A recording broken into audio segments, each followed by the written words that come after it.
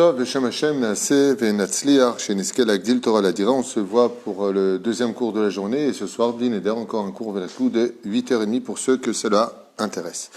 Alors aujourd'hui, le shiur est dédié pour... vous êtes encore nombreux à vous être inscrits, donc vraiment un peu de patience, je vous en prie. Benjamin, Kag, non, Kak, G-A-K. Gak. Gak. Alors Benjamin, Gak, Bezrat Hashem, c'est ton shiur pour la réussite de Ruth Simcha Bat Avraham.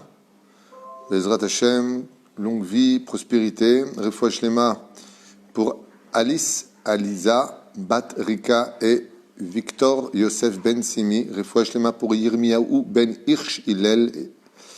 Bezrat Hashem de Laurence Simcha Bat Alice, d'Eric Aaron Ben Yvette Tata. Pardon, Tata qui est dans le coma, donc il explique que c'est sa tante, autant pour moi. Et pour la protection de la famille, comment tu as dit? G-A-K? Gak. Gak.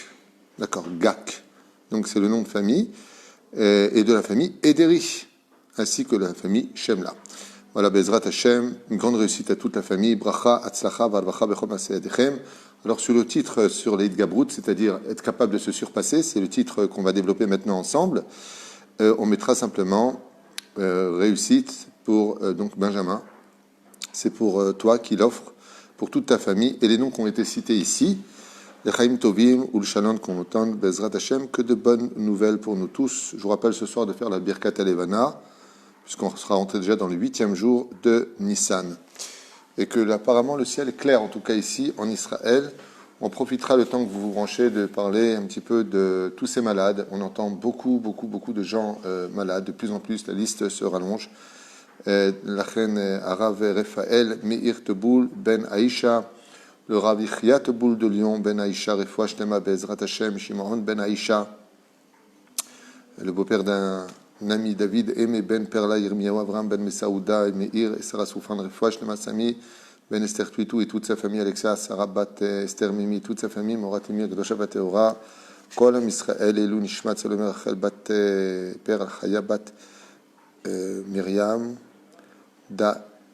Daya, Fortuné, Bat Barouch, et toute cette liste qui est très longue. Donc on va commencer le shiur dès maintenant, Bezrat Hashem, qu'on entend vraiment que de bonnes nouvelles.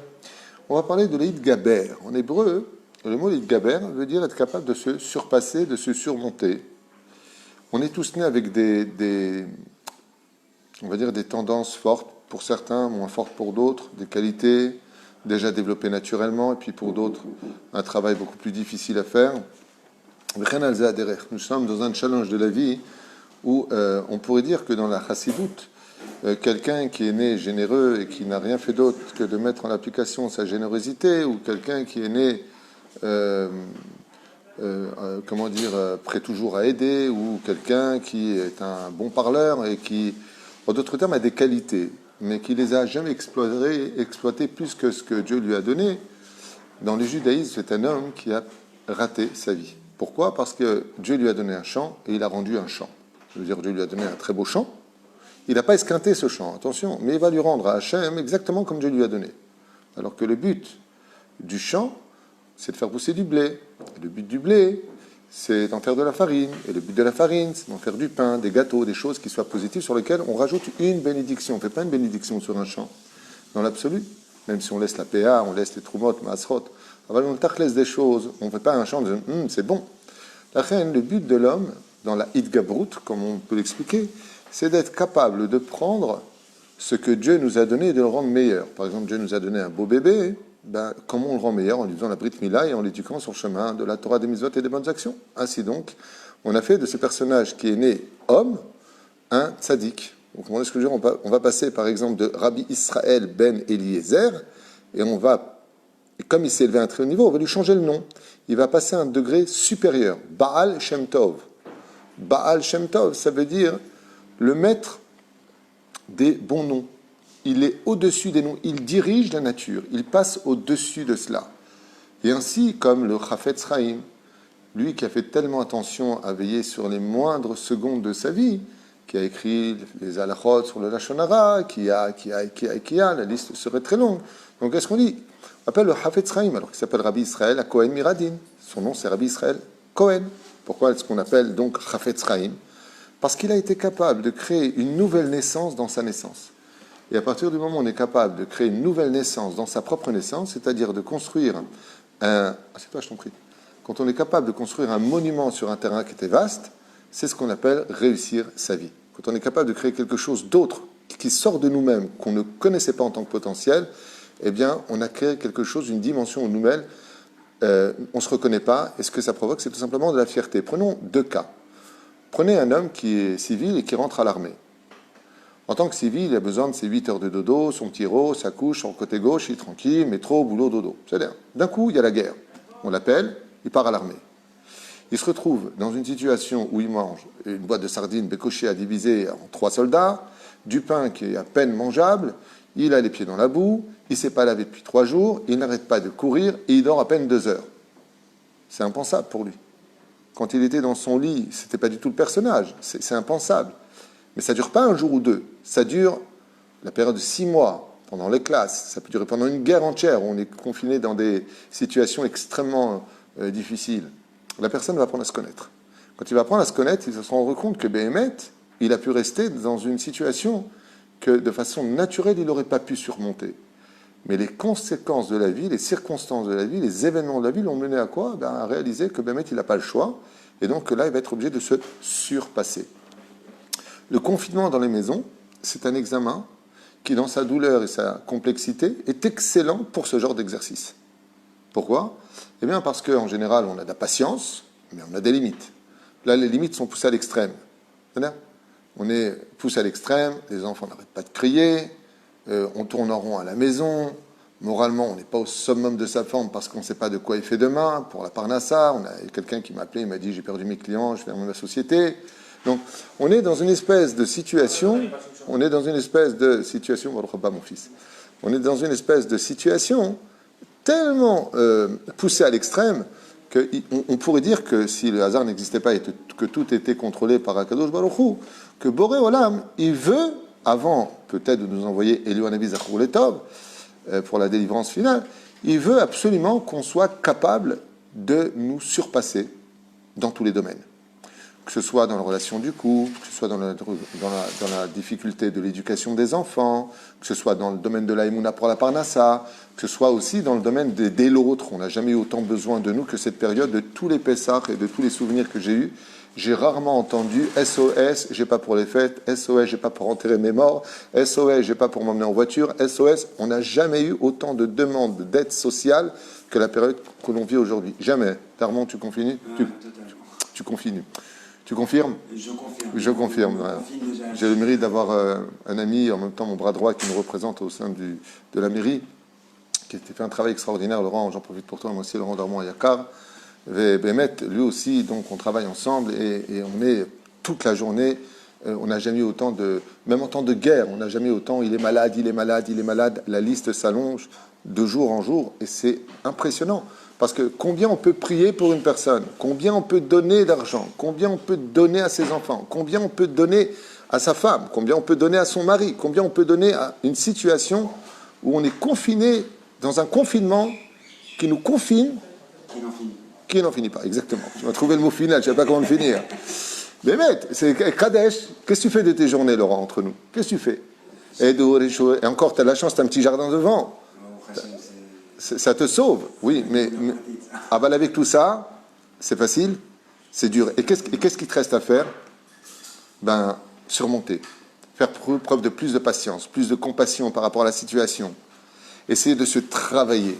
Et ce travail intérieur est la résultante de toute notre Torah, notre sagesse et nos efforts. Vous savez, j'aimerais vous dire quelque chose de très important. Ce qu'on appelle un Gdol Hador ne correspond pas au niveau spirituel d'étude toranique qu'il y a en lui. Ça veut dire que ce n'est pas celui qui connaît toute la Torah qui est le Gdol Hador. Comme ça nous disait Chachamim ainsi que Gemara. Par exemple, à l'époque de Korach, était extrêmement fort en Torah. Il a même déstabilisé au niveau du Pshat, mon cher Rabbeinu. Mais ça n'a pas fait de lui le Gdol Hador, le maître de la génération. Doeg Adomi, chef du Sanhédrin, avait autant de Torah en lui Les Chachamim nous disent qu'il était l'équivalent du roi David au niveau de la Torah. Ce n'était pas un Gdolador. Bon, il avait autant de connaissances, ce n'est pas un Gdolador. Ce qui fait d'un Gdolador qui est Gdolador, ce qui fait qu'il fait d'un grand en Torah un grand, c'est celui qui est capable de surmonter tout le mal qui est en lui, qui est capable de travailler sa colère, travailler donc sa patience, son humilité, sa compréhension, son écoute. Ça fait de lui un Gdolador. Quand un grand meurt en Torah, le Rav Shteiman, Zecher Tzadik Kadosh V'Racha, le Rav Ovadia Yosef, Zchuto Yigan Aleinu, vous avez la biographie du Rabbi Lubavitch, vous allez voir la biographie extraordinaire du Rav Shach, tous les Gdolim, tous les grands. Ouais. Quand tu achètes un livre d'eux, hormis le côté de leur connaissance, le Rav Chazon Ish par exemple, quand tu lis le patron avant tout, le Rav Yaakov Herman, Zatzal, quand tu lis, qu'est-ce que tu lis? Tu lis que leur Torah, elle circulait dans le sang. Combien ils avaient de l'écoute, qu'est-ce qu'ils étaient humbles, combien c'était agréable de les fréquenter, combien ils étaient proches de chaque juif, combien ils aimaient chaque personne, combien ils relevaient chaque personne. Waouh, c'est très dur.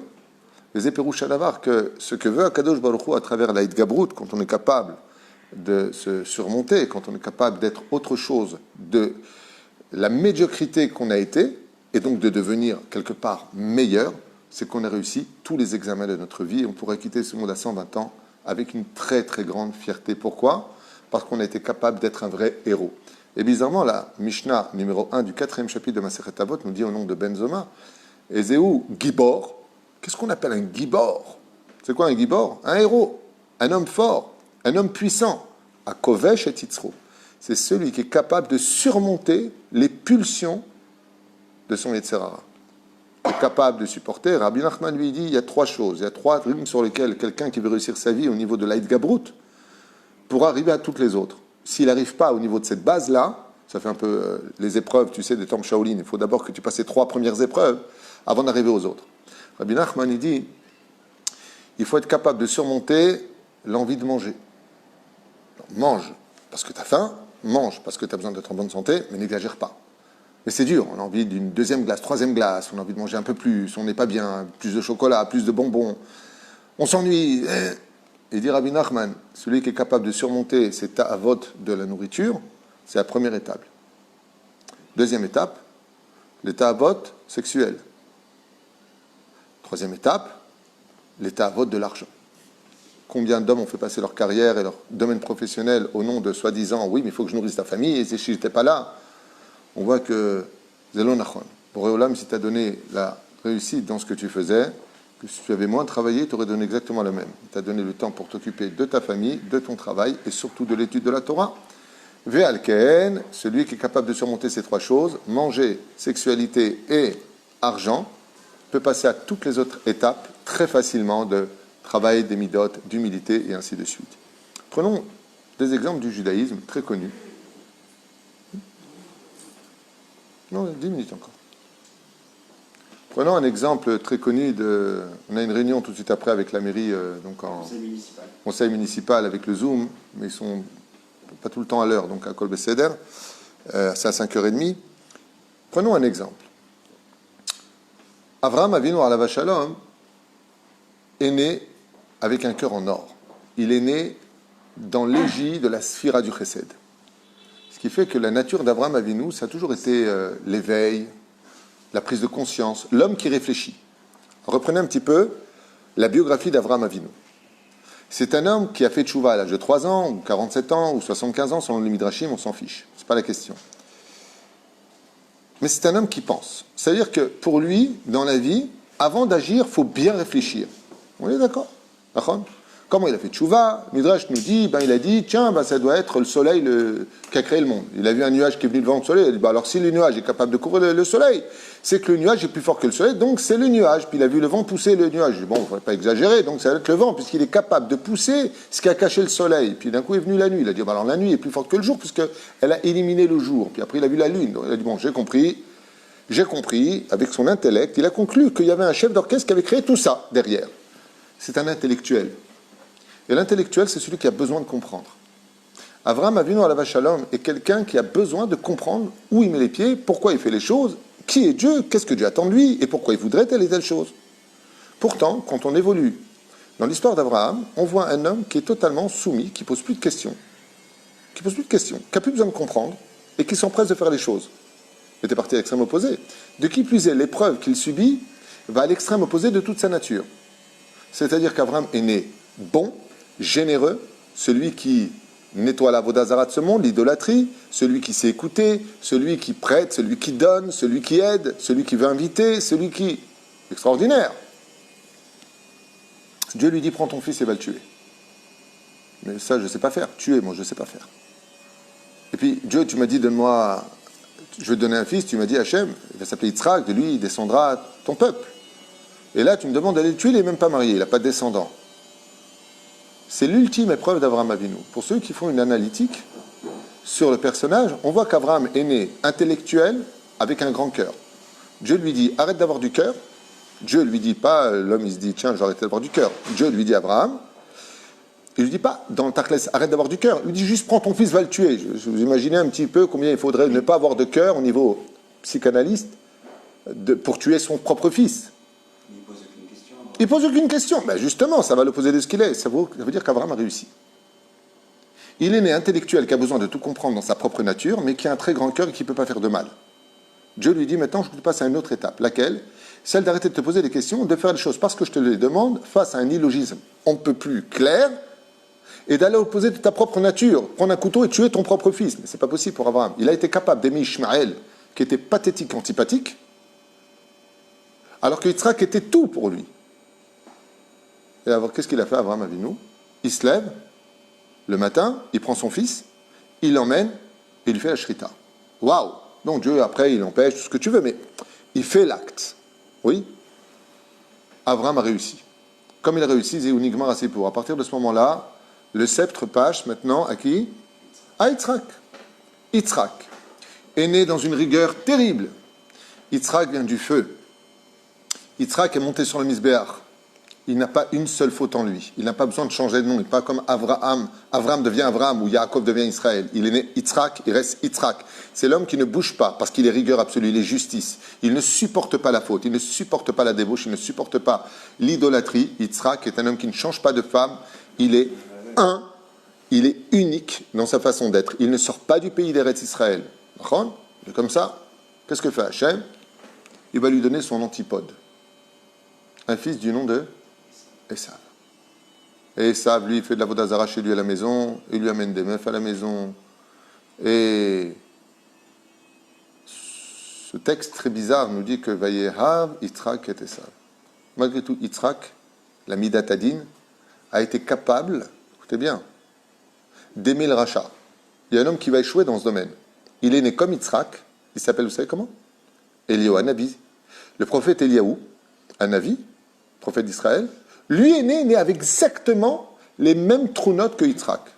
Parce que c'est Pinchas. Vous voyez Pinchas, vous vous rappelez Pinchas qui va tuer Zimri Ben Salou et Kozbi Batsour parce qu'ils étaient ensemble. Vous vous rappelez de ça? Il n'a pas supporté la faute. Il est Kanaï Lachem, il est jaloux pour Dieu, il défend l'honneur de Dieu. Pinchas est devenu Eliyahu Hanavi Zachor Letov. Ouais, c'est le même personnage. Il ne supporte pas la faute. Eliyahu Hanavi, non seulement il ne supporte pas la faute, mais il fait même du lashon hara sur le peuple d'Israël. Ouais, il y en a marre, vous avez laissé tomber le Brit Mila de Dieu, vous voulez faire d'Avodah Zara. Dieu dit, oh, tais-toi, c'est bon. Qu'est-ce que devient cet homme qui était Eliyahu Hanavi Zachor Letov, qui avait comme élève Elisha, comme disciple Elisha? Qu'est-ce qu'il est devenu? Qu'est-ce qu'il est devenu aujourd'hui? Il est devenu le participant de tous les Brites. Qu'est-ce que c'est devenu? Quelle entité il est? C'est un ange. Il a perdu sa fonction d'homme, il a raté son coup. Et pourquoi Dieu en a fait un ange? Vous savez pourquoi? Parce qu'un ange, quand il est créé ange, il ne peut rien d'autre que d'être un ange. La punition d'Eliyahu Hanavi Zachor Letov, c'est qu'il va stagner dans ce qu'il est. Et la preuve en est, quand il y a une Brit Mila, Eliyahu ne descend pas tant que Dieu n'a pas pardonné à tous ceux qui sont là-bas. Ça veut dire que ce n'est pas Eliyahu Hanavi qui change, c'est Dieu qui est obligé d'intervenir dans le changement de je pardonne à tout le monde pour que lui puisse descendre. Est-ce que c'est un échec ou une victoire? Pour nous, c'est un mérite. Merci. Mais pour lui, c'est pour ça que les lettres du mot malach en hébreu, ange, quand on les regarde face à un miroir, ça fait kalam, qui veut dire kloum. Eliyahu Hanavi, tu as raté. Tu as raté une mission énorme. Au lieu d'être le défenseur d'Israël, tu ne supportes tellement pas la faute que tu n'as pas été capable de surmonter ce Yetzer Hara. Donc Dieu, qu'est-ce qu'il a fait? Qu'est-ce qu'il y a de plus élevé, Laurent? Un ange ou un homme? Les anges viennent de la Yetzira. L'homme vient de la Beria. Bevadaï, qu'un homme est beaucoup plus élevé qu'un ange. Sauf s'il se comporte comme un animal, alors il descend en dessous, du monde de la Asiya. Bevadaï, qu'un homme est plus élevé. Qu'est-ce qu'a fait Eliyahu Hanavi Zacholetov? Au lieu de s'élever dans le domaine de la prophétie à plus, il est descendu à moins. Parce que malheureusement, ce prophète d'Israël viendra, Bezrat Hashem, faire Teshuvah, quand? À la fin des temps. Pour celui qui nous supportera tous, celui qui sera capable de tous nous aimer, de nous réunir sur la terre d'Eretz Israël, celui qui sera capable de rapporter de la lumière dans le cœur de chaque juif, le Mashiach, qui va l'annoncer? L'Haftara de cette semaine, il y a Eliyahu Hanavi qui viendra annoncer exactement l'Haftara de cette semaine, quoi? La rédemption finale. Ça, c'est la Teshuvah d'Eliyahu Hanavi. Pourquoi est-ce que le prophète doit nous annoncer la venue du Mashiach? Parce que ce qu'il n'a pas été capable de faire à l'époque de Achav et d'Izével, avec les 450 sorciers de Baal Péor, maintenant il sera obligé de le mettre en pratique en disant « J'annonce la Géola pour tout le monde ». Et là, il y a une marloquette dans Sanhedrin, mais est-ce que tout le monde aura fait tchouva quand il viendra ou pas? Réponse, pas forcément. C'est une marloquette. Mais alors, il ne viendra pas si Dieu le forcera à se surmonter. Lui aussi va être mis en confinement. Cette fois, tu descends annoncer la Géoula, ou je descends en bas, mais il y en a qui fautent. Dieu lui dit, surmonte. Fais tchouva toi aussi. Quand vient Eliyahu Hanavi Zacholetov pour annoncer la venue du Mashiach, c'est parce que Eliyahu Hanavi lui-même a une teshuva à faire. Celle de supporter ce qu'il n'a pas pu supporter avant. C'est pour cela que tout celui qui supporte aujourd'hui les situations, Midgaber, regardez Yitzhak, il a été capable, alors qu'il est Midatadin, comme Eliyahu Hanavi Zacholetov, ne supporte pas la faute, attention, dans son propre salon. Et ça, il faisait de la vodazara avec les filles. On dit que même la fumée de cette avodazara, le Midrash nous dit, ont aveuglé les yeux de son père. Et pourtant, pour la justice, il faut avoir deux yeux, puisqu'il y a marqué Kesef mesanver ene hachamim. Quand quelqu'un est juge comme Yitzhak, comme quelqu'un est dans la justice, l'élément dont il a le plus besoin, le membre dont il a le plus besoin dans sa vie, c'est quoi? C'est ses yeux. Il en est devenu aveugle. Est-ce que c'est une victoire ou un échec? Réponse, Yitzhak a réussi. Il est né Midat Adin, il est devenu Midat Chesed. Avraham est né Midat Chesed, il est devenu Midat Adin. C'est-à-dire que Akadosh Baruch Hu voit chez l'homme la réussite quand il est capable d'aller à l'extrême opposé de celui qui est né avec beaucoup de sagesse et qui est passé à beaucoup de sagesse. Il est capable de transformer le singe qui est en lui en un sage qui apparaît devant les autres. C'est-à-dire face à lui-même et vis-à-vis des autres, pas hypocrite, Ken. Zé Nikra, les Idgaber, c'est ce qu'on appelle être capable de se surmonter. Et les épreuves que nous traversons aujourd'hui sont des épreuves où on est montré d'eau, mais clairement, il faut vraiment être bête pour ne pas voir les choses. Quand quelqu'un dit j'en ai marre d'être à la maison, comme celui qui m'a écrit ce matin, il m'a dit j'en peux plus, vas-y, sors. Personne ne t'empêche. Maximum, tu payes une amende et puis tu pourrais chazvé shalom, mais je ne vais pas dire le mot, le virus. Fais attention. Oui, mais je deviens fou à la maison. Dieu, il ne sait pas ça. Est-ce que Dieu ne connaît pas ta situation psychologique, mentale, financière, santé, familiale, sociale? Dieu, il ne sait pas. Il sait. Alors pourquoi il te laisse là-bas? Pourquoi il te laisse là-bas? Je suis à l'autre. Au niveau de la chassidoute, on va dire, tu sais pourquoi? Parce qu'il veut te protéger de quelque chose qui se passe dehors. Tu sais, quand on fait une surprise, on met tout le monde, on le cache. Attends, viens pas, reste là-bas. Pourquoi? J'ai quelque chose de grand à te montrer. Qui vivra verra, on ne sait pas. Nous, quand on est confinés, dans nos 4 mètres carrés, dans nos 4 murs plus exactement, avec les enfants qui sautent, comment on va s'occuper aujourd'hui? C'est qu'apparemment on est face à une épreuve qui est celle d'être face à nous-mêmes. C'est-à-dire que le seul ennemi que nous avons aujourd'hui dans nos maisons, c'est bizarrement nous-mêmes. On est face à nous-mêmes. Et si Dieu nous a mis face à nous-mêmes, c'est parce que dans la Chassidoute on dit, dès que tu es face à toi-même, c'est pour les Gaber. Il est beaucoup plus facile de se battre contre un étranger à nos corps, c'est-à-dire un homme en face de moi, que de me battre contre moi-même. De ces pulsions, de ce mal, de cette colère, de ce ras-le-bol, de ce manque d'émouna. C'est plus dur de se battre avec nous-mêmes. Et Zéou Gibor, Akoveshet Yitzro, le Yetzera chez nous. Il est beaucoup plus facile quand on peut frapper l'autre, de le frapper que de se retenir. Frapper, c'est se défouler. Se retenir, c'est tout avaler. C'est très dur. Akadosh Baruch Hu, Kaniré, aujourd'hui, il veut que Bezrat Hashem, Am Israël, Yidgaber al Yitzro. Et qu'est-ce que ça donne? Je finirai avec ce petit chidouche que j'ai déjà enseigné, mais qui n'est pas vraiment un chidouche. Pour ceux qui ne l'ont jamais entendu, ce sera un chidouche. Qu'est-ce que donne la Hitgabrout? Qu'est-ce que ça veut dire quand on est capable de se surmonter? Reprenons le cas d'Avraham Avinu alav shalom. Avraham Avinu a été capable, grâce au fait qu'il soit né Migadat Chesed, donc bonté, Amidat Adin, rigueur, que quand vient chaque fois la fête de Rosh Hashanah, Dieu se rappelle qu'il a été capable de se surmonter, de se surpasser. Donc Dieu lui-même se surpasse pour nous, pour laisser vivre encore une année juive, et encore une année, et malgré toutes les fautes qu'on aurait pu commettre. Qu'est-ce qu'on a gagné de Yitzhak? Que lui, qui est Midat Adin, de monter sur le Misbéach pour Yitzhak et de donner sa vie pour Dieu, c'était pas un effort, parce qu'il est né avec ces données. Il est né formaté pour cela. Mais d'avoir aimé un rachat, de prier pour lui, de vouloir lui donner la bracha à lui, qu'est-ce que ça nous a donné à nous? Ça nous a donné tout simplement que quand à la fin des temps, dit la Gemara, le peuple d'Israël dira, Akadosh Baruch Hu dira, c'est quoi ce peuple? Qu'est-ce que vous êtes en train de faire avec la débauche, la sexualité, les mensonges, l'arnaque? Qu'est-ce que vous faites, peuple d'Israël? Va se lever Yitzhak et dit, oh Hachem, tu te surmontes pas toi aussi? Qu'est-ce qu'il y a? Il dit, moi j'étais en tant qu'humain, Midat Adin, je suis né, je ne supporte pas la faute, j'ai supporté mon fils à la maison, il m'a rendu aveugle par sa avérote, et toi tu ne supportes pas le peuple d'Israël. Hachem dira, par ton mérite, je libérerai les enfants d'Israël, et à la fin des temps, ils porteront ton nom, Béné Yitzhak, car me vient Agmara. C'est pour cela que le fait que nous on soit capable aujourd'hui de surmonter nos épreuves, de travailler nos midotes, de ne pas crier, d'être, même si c'est une situation très difficile, les fous Tsara Agra, plus l'épreuve est grande, plus le mérite est grand. Eh bien, notre comportement d'amour, de patience, de calme, d'éducation à la maison peut être le déclencheur final de la Géoula, car Dieu ne peut pas être moins que nous. Donc à nous de lui donner l'exemple. Kol Touv.